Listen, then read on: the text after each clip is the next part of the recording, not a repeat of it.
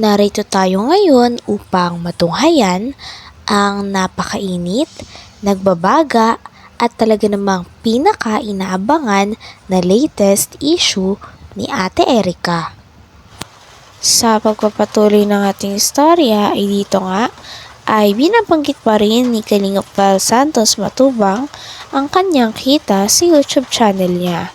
Marami daw kasing mga tao na nagpaparatang na kaya niya lang daw kino-content si Ate Erica at ang kanyang lolo na si Lolo Miguel ay ito daw ay para lang sa kita. Kaya naman in-explain ni Kalingap Val na naka-off daw ang kanyang monetization o pera na natatanggap niya sa YouTube kapag ang kanyang mga contents ay patungkol kay Ate Erica at sa kanyang pamilya. Dito nga ay makikita natin kung gaano kabuti si Kuya Val. Medyo mataas pero walang kita yan mga kalinga. Walang kita yan. Ang inasahan ko lang po yung mga palipad ta. Ay, salamat sa nagpakulay. Nandiyan na po, may liwanag na po ang ating live ngunyan. Sisa Marcos. Good morning Kuya Val at sa lahat ng viewers. Thank you Sisa. I love you po. Mahal ko yung mga nagpapalipad mga kaibigan. Yung mga nagpapalipad, mahal na mahal ko yan. Ayumi Yoshikawa, ma'am, good morning. Ingat ka lagi dyan ha. Huwag kang umalis ng di nakaligo at alam mo na, Japan yan malamig. Dapat po always tayong healthy sa ating kalusugan. Ay, kay Joseph Lirin Vlog, thank you so much. I love you Joseph ha. Mag-ingat ka dyan at alam ko naman na ikaw ay napaka-busy mong tao ha. Laging humigop ng ating masarap at masustansyang VSM Kalingap Kape. Magandang umaga, Lolo. Ang kaping may puso. Ito ba po? Ay, VSM Kalingap Kape. VSM Kalingap Kape? Bago yan, Lolo Bago po talaga yan. Ang kaping may puso. Ang kaping may puso. Wala sa iba mga kalingap yan. Walang ibang may kaping may puso. Alam mo kung bakit po tinawag na kaping may puso? Kasi mayroon siyang collagen. Ayan. May mangustin po. At meron siyang grapeseed extract. Halos lahat po mga kaibigan, yung mga halong pampapayat, pampataba, pampa-sexy, pampalinaw ng mata, at pampalibog. Yung ating pong masarap at masustansyang VSM Kalingap Kape. Ay, pwedeng umorder po, mga kalingap. Pwedeng umorder, no? Mag-text sa ating text line 0929. Habang patagal nga ng patagal ay parang mas lalong umiinit ang issue ni Ate Erica sa pagitan ng kanyang pamilya.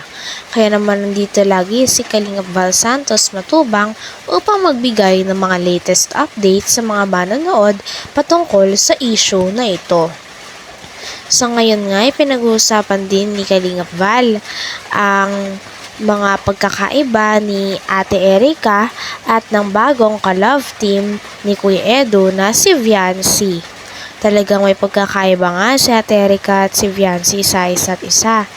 At sinabi nga ni Kalingap Val na gandang-ganda talaga siya kay Ate Viancy. Ano po ba mga kalingap? Ako po ay tuwang-tuwa ngunyan. Kasi kayo, very yung isip nyo po, masyado kayong maunawain at naunawaan nyo ako mga kalingap, di ba? Binanggit ko naman talaga na wala akong monetization, naka-off po yan. Nandiyan kayo palagi sa aking tabi po. Hindi nyo ako pinabayaan, So, salamat na lang sa lahat at ang hinihintay ko po yung kay GP na palipad. Wala pa yung kay GPI. Ay, kay Joseph, ayan, thank you so much, Ayumi, and Arlene Alarcon. Sino pa rito mga nagpalipad po? Kay Nina Villanueva, thank you. Salamat sa lahat ng mga nagpakulay. Team Kalingap, Team Kalingap.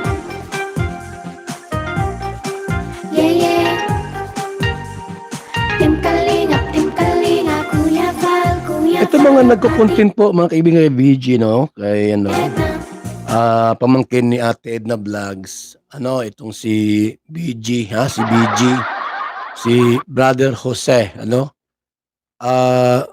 Wag niyo lang i-content muna o wag natin i-content 'yan. Hayaan natin siya sa kanyang mga vlogs na ginagawa at, 'yan po ay busy po 'yan sa kanyang, pagcha-charity. Hayaan mo siya po kung ano man mga, ginagawa niya sa buhay, anong gusto niya, huwag niyo lang i-content. Unang-una po hindi naman nakalingap 'yan, kino-content ninyo. So, sa mga reactor diyan ng kalingap, ako'y nakikiusap na huwag nating i-content itong si Brother Jose. Ano? Kasi ako po, 'di ba ako ma-content diyan? 'Di ba ako matira diyan, umabanat. Unang-una pamangkin ni Ate Edna 'yan. Kaya iniiwasan ko po na mag-content sa mga ganyan. So, kayo po diyan ng mga kalingap reactor, 'wag na kayong mag-content, ha? At hindi man ma-content 'yan 'pag walang content, 'di niyo Dito ay binahagi ni Kalingap Val Santos Matubang kung kailan niya daw ino-on at kung kailan niya ino-off ang monetization o ang kita ng kanyang YouTube. Sabi niya ay kapag ang contents niya daw ay tungkol sa mga update sa negosyo ng kalingap at mga pabahay, ay ino-on niya daw talaga ang kanyang monetization. Ngunit pagdating sa mga issue na kanyang kinokontent katulad ng issue ni Ate Erica at nila Lolo Miguel, ay talagang ino-off niya daw ang monetization. Ayaw niya raw kasi na may nasasabi ang ibang tao at parang hindi niya daw talaga kaya at nagigilty siya. Kaya naman makikita natin kung gaano talaga kabuting tao si Kuya Val. hayaan mo siya po kung ano man mga, ginagawa niya sa buhay, anong gusto niya, huwag niyo lang i-content. Unang-una po hindi naman nakalingap 'yan, kino-content ninyo. So, sa mga reactor diyan ng kalingap, ako'y nakikiusap na huwag nating i-content itong si Brother Jose. Ano? Kasi ako po, 'di ba ako ma-content diyan? 'Di ba ako matira diyan, umabanat. Unang-una pamangkin ni Ate Edna 'yan. Kaya iniiwasan ko po na mag-content sa mga ganyan. So, kayo po diyan ng mga kalingap reactor, 'wag na kayong mag-content, ha? At hindi man ma-content 'yan 'pag walang content. 'Di niyo halimbawa, wala kayong content, 'di niyo siya binabanatan o anumang mga salita, hindi man ma-content niya si Brother Jose. Mabait naman po 'yan.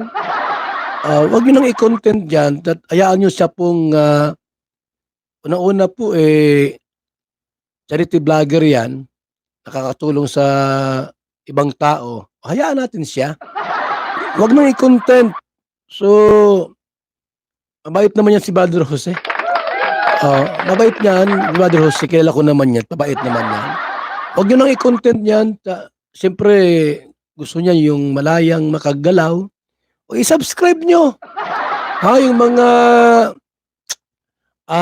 nagmamahal kay Brother Jose, sige po, walang problema sa atin 'yan, 'di ba ibang tao 'yan, hindi ibang tao si Brother Jose, ha? 'Wag niyo kaming pag-awayin ni Brother Jose. Kasi hindi ko man iko-content si Brother Jose, hindi po. Pag iba yung, tumitira sa atin, maaaring i-content ko sila. Kapag yung sariling tao po, ano, ay dai po, dai. Kuya Val, Ate Edna, Kuya Rap, Ate Jackie, nandito rin si Pao, nandito rin si Ay mga kalingap, ito po yung ating paksangunyan. Ba't ko tinamli iniuli, ano, si Miss Tunyaka.